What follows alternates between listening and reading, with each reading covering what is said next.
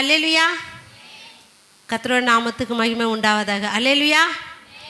சரி, இப்போ நம்ம பார்க்க போகிற சப்ஜெக்ட் வந்து ரொம்ப இன்ட்ரெஸ்டாக இருக்கும். அதே மாதிரி வந்து நம்ம ஆவிக்குள்ளே நம்மளை நெருங்கத்தக்கதான வார்த்தைகளை தேவன் நம்மளுக்கு கொடுப்பார். நீதிமொழிகள் 14ஆம் அதிகாரம் 1ஆம் வசனத்தை வாசிக்கலாமே. எல்லாருக்கும் தெரிஞ்ச வசனம். புத்தியுள்ள ஸ்திரீ தன் வீட்டை கட்டுகிறாள், புத்தி இல்லாத ஸ்திரீயோ தன் கைகளினால் அதை இடித்து போடுகிறாள். புத்தியுள்ள ஸ்திரீ தன் வீட்டை கட்டுகிறாள், புத்தி இல்லாத ஸ்திரீயோ தன் கைகளினால் இடித்து போடுகிறாள். புத்தி உள்ள ஸ்திரீ, புத்தி இல்லாத ஸ்திரீ. யாரே? புத்தி உள்ள ஸ்திரீ, புத்தி இல்லாத ஸ்திரீ. அப்போ புத்தி உள்ள ஸ்திரீனா எப்படிப்பட்டவ? புத்தி உள்ளவள் எப்படி நினச்சா நாணமாக செயல்பட்டு தம் குடும்பத்துக்கு தேவையானதை எல்லாம் சந்தித்து அதை நடத்துகிறதா யார்? புத்தி உள்ள ஸ்திரீ. புத்தி இல்லாத ஸ்திரீ என்ன பண்ணுவா? குடும்பத்து சிந்தையே இல்லாத, குடும்பத்து மேலே பாரம் இல்லாமல் அப்படியே போய் கொண்டு இருக்கத்தான் யார்? புத்தி இல்லாத ஸ்திரீ. புத்தி உள்ள ஸ்திரீ என்னென்ன பண்ணுவான்னா, அவ குடும்பத்தில் வேலை செய்வா.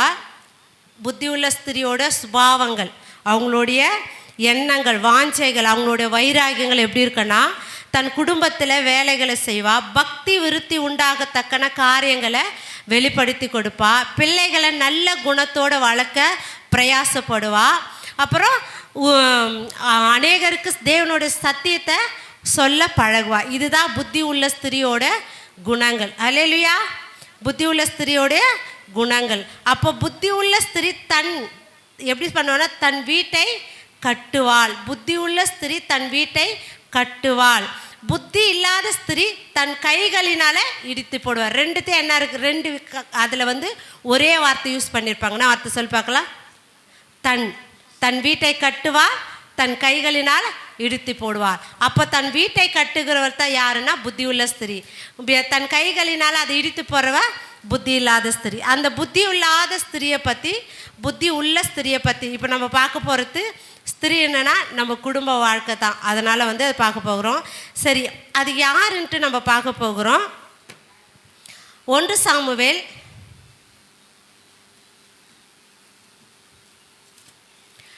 25ஆம் அதிகாரம்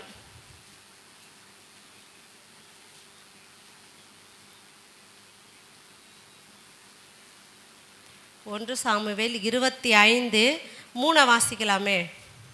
அந்த மனுஷனுக்கு நாபால் என்றும் அவன் மனைவிக்கு அபிகாயில் என்றும் பேர். அந்த ஸ்திரீ மகா புத்திசாலியும் ரூபவதியுமாய் இருந்தால், அந்த புருஷனோ மூடனும் துரோகிதருமாய் இருந்தான். அவன் காலேபுடைய சந்ததியான். ஹல்லேலூயா. அந்த மனுஷனுக்கு என்ன பேரா? நாபால். இந்த வரலாறுலாம் உங்களுக்கு தெரியும். நான் அப்படியே கொஞ்சம் ஹைலைட்டாக அப்படியே கொண்டு வந்துடுறேன். ஹல்லேலூயா. அந்த ஸ்திரீ மகா புத்திசாலியும் ரூபவதியுமாக இருந்தா. யார் இது? அபிகாயில். யார் இது? அபிகாயில். நாபால் என்பதற்கு புத்தி இல்லாதவன். அவனுக்கு என்ன இல்லை? புத்தி இல்லாதவன். அவன் குடும்பம் மேலே சிந்தை இல்லை. அவனுக்குள்ளே இருக்கிறது வந்து அது புத்தி இல்லாதவன். அப்போ அவனு வந்து என்ன ஆகுனா, புத்தி இல்லாதவன் சொல்லிட்டு அவன் போயிடுவான். இப்போ அபிகாயில் என்பதற்கு சந்தோஷத்தின் தகப்பன். என்னது?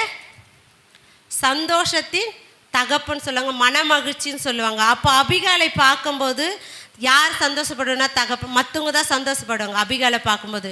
இவ எப்படிப்பட்ட பருப்பா, இவ நல்லா செய்கிறா, இவ நல்லா பண்ணுறாய், இவ எல்லாத்தையும் உண்மையாக இருக்கிறா அப்படின்னு சொல்கிறது தான் சந்தோஷப்படுவார்கள். சந்தோஷம் யாருக்குன்னா மற்றவங்க. இப்போ நம்ம பிள்ளைகளை பார்த்து நம்ம என்ன பண்ணுவோம்? சந்தோஷப்படுவோம். அதே போல் இந்த அபிகாலை குறித்து ஒரு சந்தோஷம் அந்த பெயருக்கு சொல்லுவாங்க. சரி, இப்போ நம்ம பார்க்க போகிறது அபிகாலை பற்றி தான் பார்க்க போகிறோம். அப்போ நாபால் என்பவனுக்கு மனைவியாக இருக்கிற இந்த அபிகாலுக்குள்ள என்னென்ன குணம் உள்ளது, அவங்களுக்குள்ள என்னென்ன குணங்கள் உள்ளது அப்படின்னு சொல்லிட்டு நம்ம பார்க்க போகிறோம். அப்போ புத்தி உள்ள இந்த பெண்கிட்ட என்னென்ன குணங்கள் உண்டு அப்படின்னு சொல்லிட்டு நம்ம என்ன பார்க்க போகிறோம். ஹல்லேலூயா. அபிகாயிலுக்கு இருக்கிற குணங்கள் எத்தனை குணங்கள் இருக்கிறது நம்ம சும்மா கொஞ்சம் பிரித்து நம்ம பார்க்க போகிறோம். ஃபஸ்ட்டு அதே சாமுவேல் புத்தகத்தில் மட்டும்தான் பார்க்க போகிறோம். வெளியே எங்கேயும் நம்ம போயிட்டு பார்க்க பார்த்துக்கலாம். அந்த அதிகாரத்தை மட்டும் பார்க்க போகிறோம். எளிதில் பழகக்கூடியவள் அபிகால் வந்து எளிதில் சீக்கிரமாக ஒருத்தர்கிட்ட வந்து பழகிடுவா. அவங்க மேலே எல்லோரும் ஒரு நம்பிக்கை வச்சுருவாங்க. அதுக்கு என்ன உதாரணம் சொன்னால், இதே 14ஆம் வசனத்தை 14 வாசிக்கலாமே. அப்பொழுது வேலைக்காரரில் ஒருவன் நாபாலுடைய மனைவியாகிய அபிகாலை நோக்கி, இதோ நம்முடைய எஜமானுடைய சுகை செய்தியை விசாரிக்க தாவீது வனாந்தரத்திலிருந்து ஆட்களை அனுப்பினான், அவர்கள் பேரில் அவர் சீறினார். ஹல்லேலூயா. இது தெரியும். இப்போ நாபால் இடத்துல தாவீது ஆட்கள் வருவாங்க.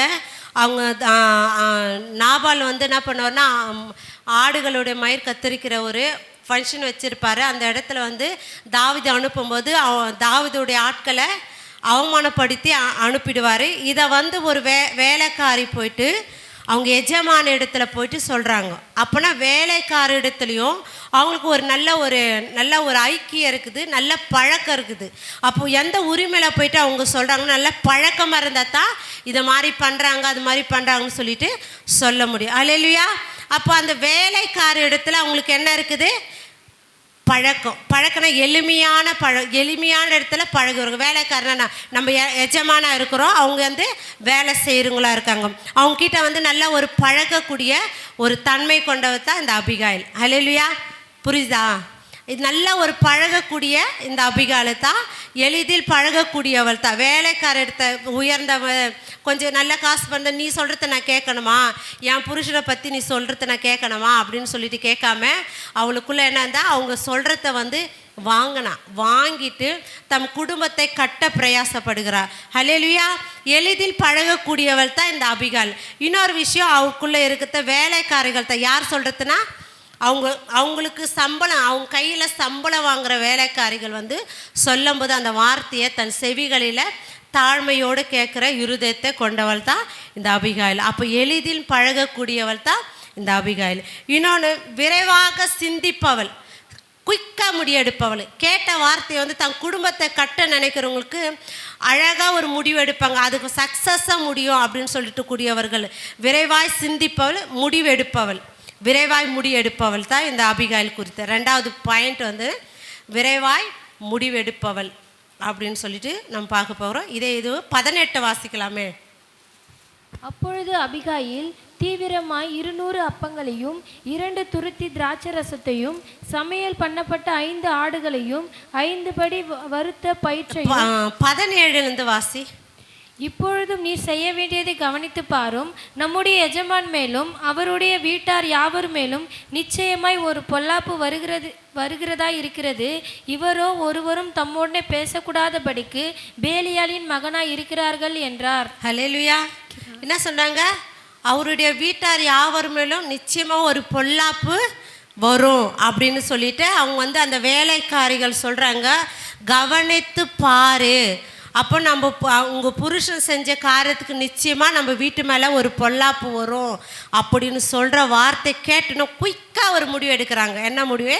கீழே 18 வாசிகளா இப்போ. அப்பொழுது அபிகாயில் தீவிரமாய் 200 அப்பங்களையும் 2 துருத்தி திராட்சை ரசத்தையும் சமையல் பண்ணப்பட்ட 5 ஆடுகளையும் 5 படி வறுத்த பயிற்சையும் வற்றலாக்கப்பட்ட 100 திராட்சை குலைகளையும் வற்றலான 200 அத்திப்பழ அடைகளையும் எடுத்து கழுதையின் மேல் ஏற்றி தன் வேலைக்காரரை பார்த்து, நீங்கள் எனக்கு முன்னே போங்கள், இதோ நான் உங்கள் பின்னே வருகிறேன் என்று சொல்லி அனுப்பினாள். ஹல்லேலூயா. பட்டுன்னா முடிவு எடுக்கிறா. இந்த பிரச்சனையை வந்து நம்ம ஸ்ட்ரெயிட்டாக போய் பேச முடியாது. ஏன்னா தாவீது வந்து ஒரு வீரர், அவங்க கூட இருக்கிறவங்க எல்லாமே ஒரு போர் வீரர். அவங்கக்கிட்ட போயிட்டு எந்த படையெடுத்துன்னு போனாலும் அது என்ன பண்ண முடியாது, செய்ய முடியாது. அப்போ உடனே ஒரு தீவிரமான முடிவு, தீவிரம்னா குயிக்காக ஒரு முடிவு எடுக்கிறா, விரைவாக சிந்தித்து ஒரு முடிவு எடுக்கிறா. அப்போ அந்த முடிவு எடுக்கும்போது தான் இவளுக்குள்ளே இருக்கிறனா முடிவு எடுக்கிற பழக்கம். ஏன்னா வந்து இப்போ ஒரு பிரச்சனை நம்ம வீட்டில் வந்து சொல்லும்போது இந்த பிரச்சனைக்கு என்ன முடிவு பண்ணலாம் அப்படின்னு சொல்லிட்டு யார் முடிவு எடுக்க முடியும்னா பெண்கள். இப்போது வீட்டில் இருக்கிற காரியத்துக்காக பெண்கள் எடுப்பாங்க, மற்ற சமயத்தில் ஆண்களும் எடுப்பாங்க. அப்போ அப்படி இருக்கும்போது போயிட்டு புருஷனிடத்தில் போயிட்டு போய் சண்டை போடலை, ஏன் இது மாதிரி பண்ணீங்க, ஏன் இது மாதிரி செஞ்சீங்க அப்படின்னு சொல்லாமல் படுக்கு டக்குன்னு ஒரு முடிவு எடுத்து அவங்களுக்கு என்ன பண்ணுறாங்கன்னா கிஃப்ட்டு, அது என்ன சொல்கிறாங்கன்னா அவருக்கு தேவையானது எல்லாத்தையும் வந்து எடுத்துக்கின்னு வேலைக்காரர்கிட்ட துரிதமாய் அனுப்புகிறார். 3வது என்ன பண்ணுறாங்க, தாழ்மை உள்ளவள். என்ன இது? 3வது அபிகாயிலுக்குள்ளே இருக்கிற குணம் என்ன இதுன்னா தாழ்மை குணம். என்ன தாழ்மை? இப்போ நம்ம என்ன பண்ணுவோம், நம்ம ஒரு அதிகாரத்தில் இருந்தனா யாரோ வந்து ஒருத்தர் சொன்னாங்கன்னா நம்ம அதிகாரத்தில் மட்டும்தான் பார்ப்போம். ஆனால் அங்கே என்ன நடக்கிறது, என்ன சூழ்நிலை அப்படின்னு சொல்லிட்டு எதையும் பார்க்க மாட்டோம். நான் முடிவு எடுக்கிறது தான் கரெக்டு அப்படின்னு சொல்லிட்டு என்ன பண்ணுவோம், நம்ம தீர்மானமாக சொல்லுவோம். ஆனால் அபிகாயிலுக்குள்ளே என்னென்னா ஒரு தாழ்மை இருக்கிறது. ஃபஸ்ட்டு என்ன இருக்குது, எளிமையான பழகக்கூடிய ஒரு குணம் இருக்கிறது. அப்புறம் விரைவாய் சிந்தித்து செயல்படக்கூடிய ஒரு குணம் இருக்கிறது. மூன்றாவது தாழ்மை குணம். தாழ்மை வந்து ஆண்டவருக்கு ரொம்ப ரொம்ப ரொம்ப பிடிக்கும். தாழ்த்தி தன்னை ஜெபிக்கிற வேலையில் கர்த்தர் அவங்க மேலே என்ன பண்ணுவார்னா மனதுருக்கம் வைப்பார். அல்லேலூயா. அப்போ அந்த தாழ்மை குணம் எப்படிப்பட்ட சூழ்நிலை வருதுன்னு பார்க்கலாம். இதை 23 வாசிக்கலாமே. அபிகாயில் தாவீதை காண்கையில் தீவிரமாய் கழுதையை விட்டு இறங்கி தாவீதுக்கு நேராக தரையிலே முகம் குப்புற விழுந்து பணிந்து போதும் என்ன பண்ணா, தாவீதை கண்டவுடனே தீவிரமாக கழுதை விட்டு இறங்கி தாவீதுக்கு நேராக தரையில் முககுப்புற விழுந்தவனா. அதுக்கு முன்னாடி யார் இருக்கிறாங்கன்னா, அபிகாயிலுடைய வேலைக்காரர்கள் வந்து அந்த அவருக்கு அனுப்பின எல்லா இது திராட்சை, அப்புறமா வந்து அத்திப்பழங்கள், அப்புறமா வந்து இதெல்லாம் அனுப்பின ஆட்கள் உண்டு.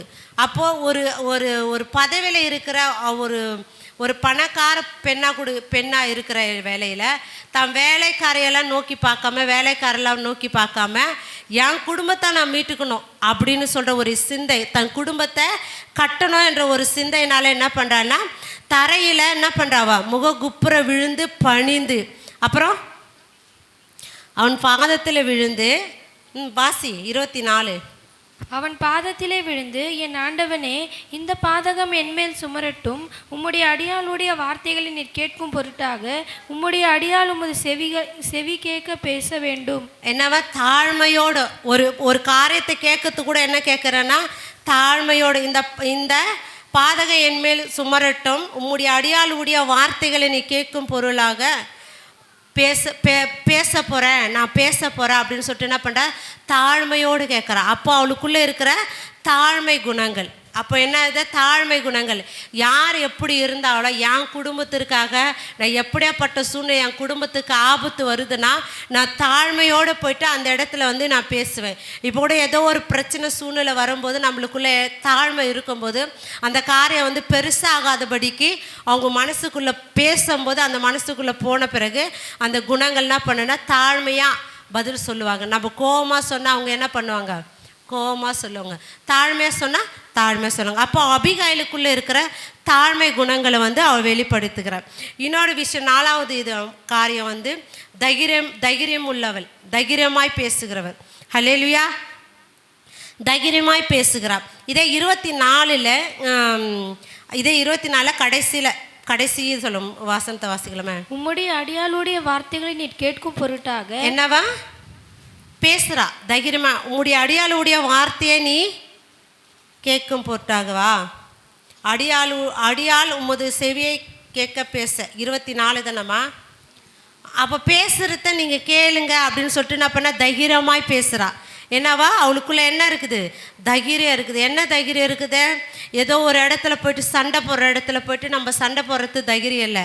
ஆனால் தன் குடும்பத்திற்காக தாழ்மையோடு போயிட்டு தைரியமாக ஒரு போர் மனுஷனிடத்துல போயிட்டு ராஜாவாக அபிஷேகம் பண்ண இடத்துல போயிட்டு தாழ்மையாக பேசுகிறார். அல்லேலூயா. இன்னொரு காரியத்தை கூட பார்க்கலாம். 5வது காரியம் அவள் தாழ்மை குணம் வெளிப்படுத்துகிறார். 5வது காரியம் கர்த்தருக்கு கீழ்ப்படுகிறவள். அல்லேலூயா. என்ன இது, கர்த்தருக்கு கீழ்ப்படுகிறவர். எப்படி கீழ்ப்படுகிறா,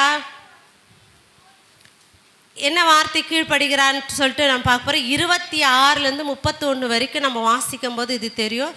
26 வாசிக்கலாமே. இப்பொழுதும் என் ஆண்டவனே, நீர் ரத்தம் சிந்த வரவும் உம்முடைய கை நீதியை சரிக்கட்டவும் கர்த்தர் உமக்கு இடம் கொடுக்கவில்லை என்பதை கர்த்தருடைய ஜீவனை கொண்டும் உம்முடைய ஜீவனை கொண்டும் சொல்லுகிறேன்.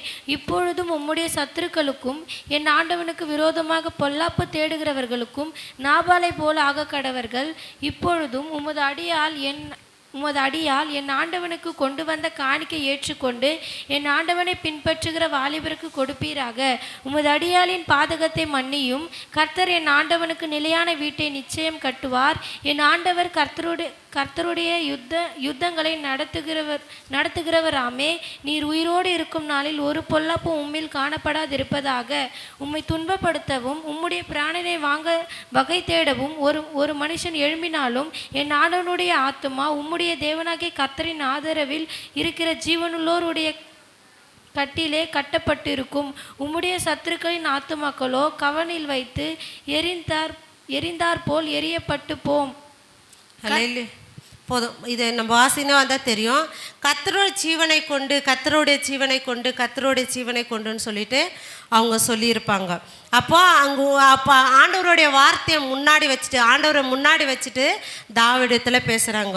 உம்முடைய அடியாளுடைய பாதகத்தை மன்னியும். கர்த்தர் ஆண்டவராகிய நிலைமையான வீட்டை உங்களுக்கு நிச்சயமாய் தருவார் என்று அப்போ ஆண்டவரை குறித்து பேசுகிறார். அப்போது அவன் என்ன கர்த்தருக்கு கீழ்ப்படுகிறவர்.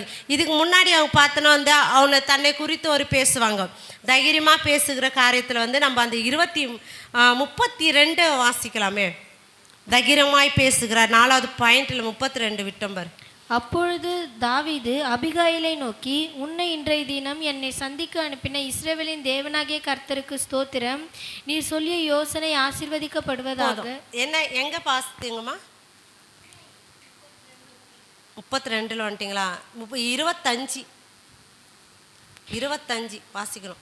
என் ஆண்டவனாகிய நீர் நாபால் என்னும் இந்த பேலியாளின் மனுஷனை ஒரு பொருட்டாக எண்ண வேண்டாம். அவன் பெயர் எப்படியோ அப்படியே அவனும் இருக்கிறான். அவன் பெயர் நாபால், அவனுக்கு பைத்தியமும் இருக்கிறது. உமது அடியலாகிய நானோ என் ஆண்டவர் அனுப்பின வாலிபரை காணவில்லை. என்னவா? நீ அனுப்பின வாலிபரை நான் பார்க்கல அப்படின்னு சொல்லிட்டு தைரியமாய் பேசுகிறா. இந்த வார்த்தை நம்ம விட்டுட்டோம், தைரியமாய் பேசுகிற வார்த்தையில். அப்போ அவன் என்ன பண்ணா, நீங்கள் அனுப்புனிய ஆட்களை நான் பார்க்கல அப்படின்னு சொல்லிட்டு தான் புருஷனை தாழ்த்தி சொல்லலை, அந்த உண்மையான ஒரு சுபாவத்தை சொல்லி. அப்போ தான் இப்போ யாரோ ஒருத்தர் இப்போது சண்டை போட்டு வராங்கன்னு வச்சுக்க. நம்ம பிள்ளைங்க போயிட்டு எந்த ஒரு பிள்ளைக்கிட்ட சண்டை போட்டு வராங்க. அப்போ பேரண்ட்ஸ் கேட்குறப்போ, என் புள்ள சண்டைலாம் போடல, என் புள்ள அப்படிப்பட்டதா இல்லைன்னு சொல்லாத போது, அம்மாங்க ஏதோ தவறி நடந்துட்டுருக்குன்னா அவங்க மனசு என்ன ஆகும்? இறங்கிடும். அந்த ஒரு சூழ்நிலை தன் புருஷனை பற்றி சொல்லிவிட்டு அதுக்கப்புறம் என்ன சொல்லுவாங்க, நீங்கள் அனுப்பின மனுஷனை நான் பார்க்கல அப்படின்னு சொல்லும்போது அந்த ஒரு தைரியமான வார்த்தைகளை பேசுகிறாங்க. அப்போ அந்த கர்த்தருக்கு கீழ்ப்படிதல் அப்படின்ற சொல்கிறது நம்ம 5வது பாயிண்டில் நான் பார்க்குறேன்னா, கர்த்தருக்கு கீழ்ப்படிக்குன்னா கர்த்தரை முன்னிட்டு அவங்க பேசுகிறாங்க. அவங்க என்ன சொல்கிறாங்க, ஜீவனை கொண்டு கர்த்தருடைய ஜீவனை கொண்டு கர்த்தருடைய ஜீவனை கொண்டுன்னு சொல்லிட்டு அந்த ஜீவனை வைத்து பேசுகிறாங்க. இன்னொரு வார்த்தை அபிகாயிலின் பேசும் நாணம் உள்ளவர். என்னவா? அபிகால் பேசுகிற வார்த்தை நாணத்தோடு கேட்குறாரு. அந்த வார்த்தையை அவன் நாணம் உள்ளவள் என்று சொல்லி தாவீது ஏற்றுக்கொண்டு அதுக்கு என்ன பதில் சொல்கிறாருன்னு பார்க்கலாம். 32 வாசிக்கலாமே. அப்பொழுது தாவீது அபிகாயிலை நோக்கி, உன்னை இன்றைய தினம் என்னை சந்திக்க அனுப்பின இஸ்ரவேலின் தேவனாகிய கர்த்தருக்கு ஸ்தோத்திரம். நீ சொல்லிய யோசனை ஆசீர்வதிக்கப்படுவதாக. நான் இரத்தம் சிந்த வராதபடிக்கு என் கையை பழிவாங்காதபடிக்கும் நீ இன்றைய தினம் எனக்கு தடை பண்ணினபடியால் நீயும் ஆசீர்வதிக்கப்படுவாயாக.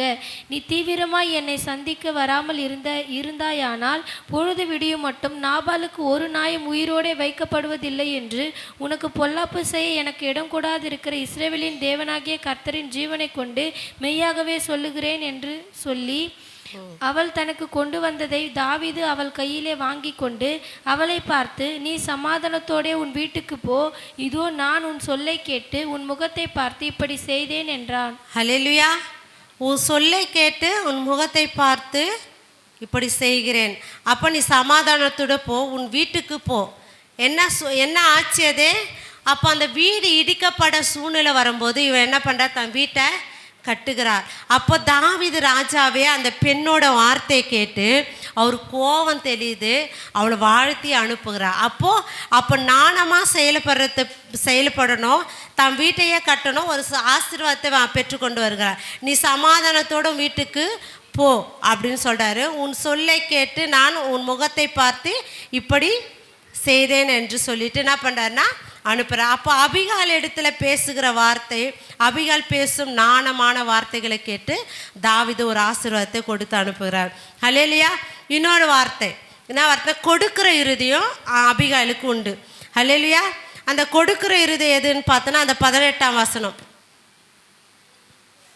அப்பொழுது அபிகாயில் தீவிரமாய் 200 அப்பங்களையும் 2 துருத்தி திராட்சை ரசத்தையும் சமையல் பண்ணப்பட்ட 5 ஆடுகளையும் 5 படி வறுத்த பயிற்சையும் வற்றலாக்கப்பட்ட 100 திராட்சை குலைகளையும் வற்றலான 200 அத்திப்பழ அடைகளையும் எடுத்து கழுதை மேல் ஏற்றி என்னவாது கொடுக்குறா. முதல்ல அந்த மனுஷனை பார்க்கும்போது வெறும் கையாக போகக்கூடாது அப்படின்னு சொல்லிட்டு அவன் என்ன பண்ணுறான்னா அந்த கொடுக்கறதுல ஒரு பிரயாசப்படுகிறா.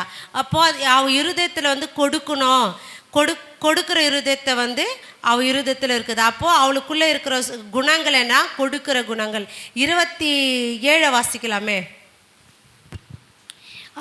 இப்பொழுதும் உமது அடியால் என் ஆண்டவனுக்கு கொண்டு வந்த காணிக்கை ஏற்றுக்கொண்டு என் ஆண்டவனுடைய பின்பற்றுகிற வாலிபருக்கு கொடுப்பீராக. என்னவா? கொடுப்பீராக. அப்போ அடியால் கொண்டு வந்திருக்கிற காணிக்கையை அப்போ நீங்கள் கொடுக்குற இருதயம் உள்ளவத்தான் இந்த அபிகாயில். என்னென்ன சொல்லி பார்க்கலாம். எளிமையாக பழகக்கூடிய. யாருக்கிட்ட எளிமையாக பழகுறாங்க? அவங்களுக்கு கீழே இருக்கிறவங்க கிட்ட எளிமையாக பழகுறாங்க. ரெண்டாவது, என்னத்துக்கு விரைவாக சிந்திக்கிறாங்க? தன் குடும்பத்திற்கு வர ஆபத்தை கண்டு உடனே முடிவு எடுக்கிறாங்க. மூணாவது, நீ எப்படியாப்பட்ட சூழ்நிலை, நீ எப்படியாப்பட்ட மனுஷனாக இருக்கு, என் குடும்பம் காப்பாற்றப்படும்னு சொல்லிட்டு என்ன பண்ணுறாங்க? அந்த தாழ்மையை வெளிப்படுத்துகிறாங்க. நாலாவது, தைரியமாக செய்கிறாங்க. அப்போ என்னன்னா என் குடும்பத்தை காப்பாற்றுறதுக்கு வார்த்தைகளை தைரியமாக பேச அவங்க என்ன பண்ணுறாங்கன்னா துணிகரம் கொண்டுக்கிறாங்க. ஐந்தாவது, கர்த்தருக்கு கீழ்ப்படுகிறாங்க. அப்போ கர்த்தருடைய வார்த்தையை முன்னிட்டு அவங்க பேசி பேசி தாவீது இடத்துல பேசுகிறாங்க. ஆறாவது,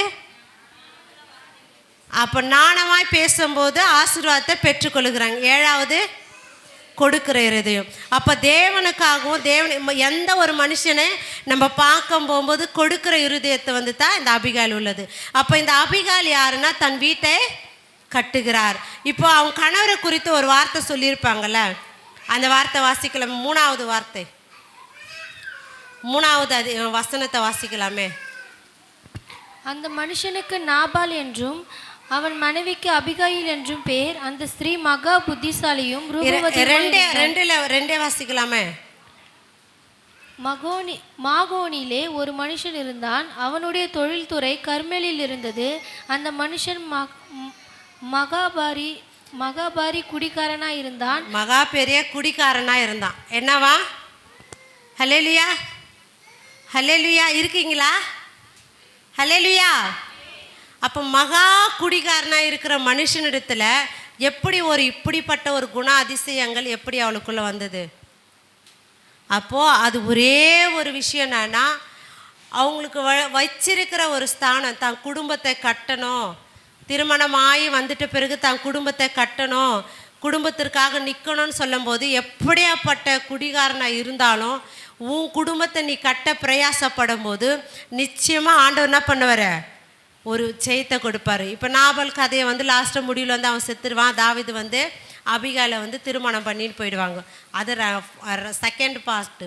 இது ஃபஸ்ட்டில் எப்படின்னா தான் சொந்த குடும்பத்திற்காக எப்படியெல்லாம் பிரயாசப்பட்டு எப்படியெல்லாம் தேவனுக்காக வாழணும், எப்படி தன் குடும்பத்தை கட்டணும். புத்தி உள்ள ஸ்திரீ தன் வீட்டை கட்டுகிறா, புத்தி இல்லாத ஸ்திரியோ தன் கைகளெல்லாம் இடித்து போடுகிறான்னு சொல்லிட்டு பார்க்குறோம்.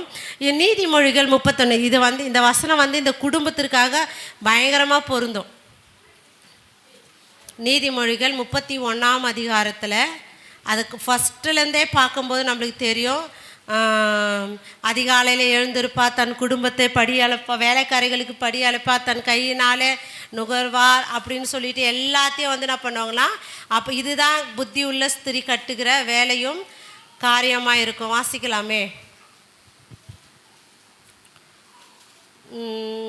10 வாசி. குணசாலியான ஸ்திரீயை கண்டுபிடிப்பவன் யார்? அவளுடைய விலை முத்துகளை பார்க்கிலும் உயர்ந்தது. என்னவா? அப்போ இந்த குணஸ்தாலியான ஸ்திரீ யாருன்னா அபிகாயில். அவன் என்ன பண்ண கண்டுபிடிக்கிறாங்க. யார் கண்டுபிடிக்குதுன்னா தாவீது கண்டுபிடிக்கிறார். எப்படின்னா தன் குடும்பத்திற்கு வருகிற சூழ்நிலைகளும் போராட்டங்களை கண்டு அப்படியே விட்டு எனக்கு இந்த குடிகாரனா கூட இருக்கிறத விட அவங்ககிட்ட இருக்கிற எல்லாத்தையும் சுருட்டி எடுத்து நம்ம ஓடிடலாம் அப்படின்னு சொல்லிட்டு அவ யோசிக்காமல் தன் குடும்பத்தை எப்படியாவது வந்து இக்கட்டு சூழ்நிலை எத்தனை பேர் இருப்பாங்க அந்த குடும்பத்தில் வேலைக்காரர்கள் எல்லாரும் உயிருக்கு ஆபத்து வரும்போது அவள் என்ன பண்ணுறா, தீவிரமாக செயல்பாடு கொண்டு போயிட்டு தாவீதிடத்தில் பேசி தன் குடும்பத்தையே மீட்டு கொள்ளுகிற இந்த அபிகாயிலுடைய மகா புத்திசாலி. அவளுக்கு என்ன பேர் வச்சுருப்பாங்கன்னா மகா புத்திசாலி அப்படின்னு சொன்னால் சிம்பிளாக முடிஞ்சிடும். அவள் எப்படிப்பட்டவனா மகா புத்திசாலியாக இருக்கிறார். இந்த மகா புத்திசாலி எதுக்குன்னா அவள் குடும்பத்தையே மீட்டு கொள்வதற்கு யூஸ் பண்ணிக்கிறாள். மற்றபடி அவளை குறித்து எந்த ஒரு இதுவும் கல்ல தாவீது இடத்துல போயிடுவாங்க. அது இன்னொரு வாசனை கூட அந்த அந்த புத்திசாலின்றதுக்கு வந்து இன்னொரு இது கூட 28 வாசிக்கலாமே நீதிமொழிகள். அவள் பிள்ளைகள் எழும்பி அவளை பாக்கியவதி என்கிறார்கள். அவள் புருஷனும் அவளை பார்த்து, அநேக பெண்கள் குணசாலியாய் இருந்ததுண்டு, நீயோ அவர்கள் எல்லாருக்கும் மேற்பட்டவள் என்று அவளை புகழுகிறான். ஆமென், ஹல்லேலூயா. அநேக பேர்கள்லாம் இருந்திருப்பாங்க. ஆனால் இவங்களுக்குள்ளே இருக்கிற ஒரு குணாதிசயங்கள்லாம் இருந்தால் தன் குடும்பத்தை மாத்திர சிந்தனை வைத்து கொண்டு தன் குடும்பத்துக்கு வருகிற இக்கட்டை கண்டு விட்டு ஓடிவிடாதபடிக்கு தன் குடும்பத்துக்கு வருகிற சூழ்நிலைகளை இக்கட்டுகளை வந்து நம்ம எப்படி வந்து மீட்கலாம். இப்போ இந்த குடும்பத்தில் வேலைக்காரிகள் பொருள்கள் எல்லாமே இருக்குது. கண்டிப்பாக தாவீது வந்தார்னா கண்டிப்பாக எல்லாரையும் சாகடிச்சிடுவார். ஒரே ஒரு மனுஷன் அந்த நாபால் வந்து தாவீதோடைய மனுஷர்களை அவமானப்படுத்தி அனுப்பும்போது அவருக்கு உக்கிர கோபத்தோடு வருகிற மனுஷனை வந்து சாந்த குணமுள்ளவர்கள் அந்த சாந்தத்தோடு போயிட்டு பேசும்போது எப்படியாப்பட்ட கோபம் உள்ளவர்களும் கூட கர்த்தர் மாற்றுவார். இன்றைக்கு அநேகருடைய சகோதரிகளுடைய கணவர்கள் வந்து குடிக்கிறார்கள். அப்போ அந்த குடியை குறித்து நம்ம ஏன் அதை வந்து நம்ம குணத்தினால மாற்ற முடியாதா? அப்போ இந்த அபிகாயில் வந்து தன்கிட்ட இருக்கிற நல்ல குணங்களை வெளிப்படுத்தினார். தன் வேலைக்காரர் சொல்லுகிற காரியத்தை கவனித்து கேட்டால் இதுக்கு என்ன முடிவு எடுக்கலாம், டக்குன்னு ஒரு முடிவு எடுத்து கொடுக்குற இருதயத்தை கொண்டு வந்தார். அதே போல் தாழ்மையாக பேச வந்தாங்க. கர்த்தரிடத்தில் வந்து கர்த்தருடைய வார்த்தையை முன்னிட்டு பேசுகிறாங்க. இப்படி பேசும்போது அவங்க இருதயங்கள்லாம் படுதுன்னா தொடப்படுது. அப்போ அபிகால் யார் இடத்துல போய் பேசினாலோ அந்த ஒரு சந்தோஷத்தினர், அப்போ அவர் சந்தோஷம் தகப்பனுக்கு சந்தோஷத்தை கொடுக்குறவ தான் இந்த அபிகால். அப்போ ஏசு ராஜாக்குள்ளே நம்ம சந்தோஷத்தை கொடுக்கும்போது நம்ம வாழ்க்கையில் என்ன கொடுப்பார்னா தேவனே ஜெயத்தையும் பலத்தையும் கொடுப்பாங்க. இன்றைக்கி ஏன் அநேக கணவர்கள்லாம் குடிக்கிறாங்கன்னா ஒரு 3 காரியம் சொல்லலாம். ஃபஸ்ட்டு வீட்டில் இருக்கிறவங்க பிரச்சனைனால நான் குடிக்கிறேன்றாங்க. செகண்டு வந்து எனக்கு ரொம்ப மேக்ஸிமம் வந்து கடன் பிரச்சனைனால குடிக்கிறேன்னு சில பேர் சொல்லுவாங்க. சில பேர் நாங்கன்னா திமிராக குடிப்பாங்க. ஏன்னா பணம் இருக்குது காசு இருக்குதுன்னு சொல்லிட்டு சுகபோக வாழ்க்கைக்காக செய்வாங்க. இப்போ உங்களுடைய கிரியனால இது என்னோட தனிப்பட்ட ஆலோசனையாக உங்களுக்கு சொல்கிறேன்னா, இப்போ கணவருக்கு தேவையானது எல்லாம் நீங்கள் கரெக்டாக கொடுத்துட்டிங்கன்னா அது மேலே போகாது. வரும்போதோ சில நம்ம எல்லாரும் பலவீனவங்க தான், நம்ம அதை செய்ய முடியாது. ஏன் இப்போ நிறைய பேர் வந்து குடியில் போயிட்டாங்க. இன்றைக்கி சின்ன பிள்ளைகள்லாம் சொல்கிற வாலிப பையன் சொன்ன ஒரே ஒரு காரணம், நான் வந்து எங்கள் அப்பா பார்த்து தான் நான் குடிக்க ஆரம்பித்தேன், எங்கள் அப்பா பார்த்து தான் நான் இதை செஞ்சேன் அப்படின்னு சொல்லிட்டு இந்த சின்ன வயசுலேயே தாய் தகப்பன் செய்கிறத பார்த்து வளரும்போது அந்த பிள்ளைகள் இருதயத்தில் அது பதிஞ்சிட்டு நாளை போல் அவங்க வாழ்க்கை அமையும் போது இதே வாழ்க்கையை வந்து கண்டினியூ பண்ணுறாங்க. அப்போ நம்ம பேசும்போது பெண் பிள்ளைகள் வந்து இன்றைக்கி வந்து நம்ம பேசுறத பார்க்குறாங்க. பேசுனது அப்படியே எங்கள் அம்மா இப்படி தான் பேசுனாங்க, எங்கள் அப்பா இப்படி தான் பேசுவார், அப்படி எங்கள் அப்பா எங்கள் அம்மா இப்படி தான் வாழ்ந்தாங்க அப்படின்னு சொல்லிட்டு அந்த வாழ்க்கையை பார்த்துட்டு அப்படியே போயிட்டு அந்த பிள்ளைகள் வந்து வாழ்க்கையை அமைச்சிக்கிறாங்க. அப்போ எங்கே இருந்து நம்ம வருதுன்னா, இப்போ குடிச்சிட்டு வந்து ஒரு கணவர் வீட்டில் வந்து உட்காந்து ஒரு வாமிட் பண்ணுறதோ இல்லை ஒரு யூரின் போகிறதோ இல்லை தவறான வார்த்தைகளை பேசுறதோ இல்லை ஒரு அசிங்கமான வார்த்தைகளை பேசுறதோ பிள்ளைகள் கேட்குறாங்க. அந்த பிள்ளைகளை கேட்டுட்டு என்ன பண்ணும்போது இப்படி தான் பேசணும் நம்மளுக்குது அப்படின்னு சொல்லிட்டு இப்படி தான் இது பண்ணுறது அது அப்படியே பழகிடும். அது தப்புன்னு அவங்களுக்கு தெரியாது. அப்போ அதை என்ன பண்ணுவாங்க, அவங்க வயசில் ஒரு குறிப்பிட்ட வயசில் வரும்போது அதை அவங்க அப்படியே தொடருவாங்க.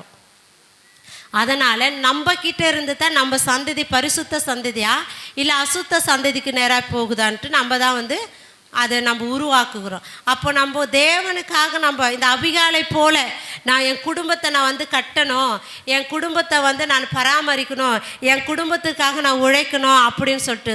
இப்போ குடிகார கணவராக இருந்தபோது போயிட்டு அப்போ கூட எந்த ஒரு டிஸ்டர்பும் பண்ணாமல் அந்த குடி வெறி தெளிந்த பிறகு நாபால் இடத்துல போயிட்டு பொறுமையாக பேசுகிறான். அவன் அப்படியே ஒரு கல் போல ஆகி அப்படியே ஒரு 10 நாள் அந்த வாதினால் இருந்து மறித்து போகிறான்.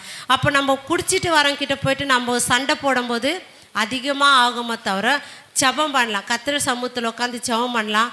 கண்டிப்பாக உங்கள் வாய் நறுக்க இவங்க திருந்தே மாட்டாங்க, இவங்க மாறவே மாட்டாங்க நம்ம சொல்கிறத விட கண்டிப்பாக ஒரு நாள் தொடுவார், கண்டிப்பாக ஒரு நாள் ஆண்டவர் வார்த்தை சொல்லுவேன் அப்படின்னு உங்கள் இருதயத்தில் உங்களுக்கே ஒரு நம்பிக்கை வந்து இயேசு கிறிஸ்து மேலே ஒரு நம்பிக்கை கர்த்தர் மாற்றுவார் அப்படின்னு சொல்லிட்டு நீங்கள் சொல்லும்போது கண்டிப்பாக உங்கள் வாழ்க்கையில் ஒரு ஜெயத்தை ஆண்டவர் கொடுப்பார். இன்றைக்கு நீங்கள் அபிகாலை போல நடந்து கொள்ளும்போது உங்களுடைய குணங்களை வெளிப்படுத்துங்க. நிறைய போராட்டங்கள் பிரச்சனைகள் வந்தபோது கூட நம்ம அந்த சாந்த குணத்தை வெளிப்படுத்த மாட்டோம், நம்மளுக்குள்ளே இருக்கிற துர்குணத்தை வெளிப்படுத்துவோம். அப்போ அந்த துர்குணம் வந்து கர்த்தருக்கு அருவருப்பானது, சாந்த குணம் தேவனுக்கு பிரியமானது. அப்போது கர்த்தருடைய சமூகத்தில் இருக்கிற நாமும் அபிகாலை போல தன் குடும்பத்தை கட்டுறதுக்கு நம்ம பிரயாசப்படும். ஹல்லேலூயா, ஹல்லேலூயா. ஆண்டவர் சமூகத்தில் கர்த்தருடைய அவருடைய பிள்ளைகளாக நம்ம இருக்கும்போது நிச்சயமாக ஒரு காரியத்தை செய்ய அவர் வல்லவராக இருக்கிறார். எல்லாம் முழங்கால் படியிடலாம். சோதரம். ஆண்டவரே, எங்கள் ராஜாவே,